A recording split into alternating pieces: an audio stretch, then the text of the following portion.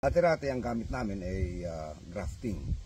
Ibig sabihin, puputulin mo tong sanga na ito at saka isasaksak dito sa rootstock. Saddle or cleft grafting ang method na ginagamit. Ang problema lang, noong cleft at saka saddle grafting, napakataas na mortality.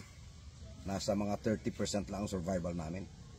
And one day, meron nagsabi sa akin na mas may effective daw na pamamaraan at ang tawag ay in-arching. At ang in-arching, hindi mo na kailangang putulin yan. Isasaksak mo lang, puputulin mo lang yung rootstock na ito, isisingit siya sa sayon at dahan-dahan niyang aagawin. Ipapakita sa atin ngayon ni Junjun Salinas, yung ating plant propagator, kung paano yung pamamaraan sa gawa ng in-arching or grafting through in-arching. So itatali mo na, instead na putulin ito, yung rootstock ang kanyang itataas. At susukatin niya. Tatalian mo na. Okay.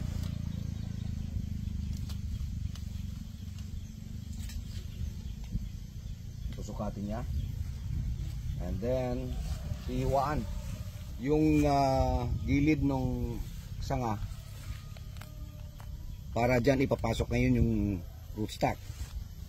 And then pagkatapos ay puputulin niya yung rootstock. Pagkatapos putulin, siguruhin na maganda yung pagkaputol at isisingit siya doon sa may sugat na yon. Ang purpose niyan, dahan-dahan niyang aagawin yung sanga na yan from yung sayon, from the mother tree. So ibabalot siya ng plastic para hindi mapasukan ng tubig. And on the 30th day, pagkatapos magawa ito, on the 30th day, hihiwaan ng konti ito para mabawasan yung dependence na ng sayon na ito sa mother tree. At lilipat na rito yung kanyang dependence. On the 45th day, puputulin na siya at ito na lalabas. Ito na siya. So ito na yung rootstock na siningit dito. Ito na yung sayon na siningitan ng rootstock.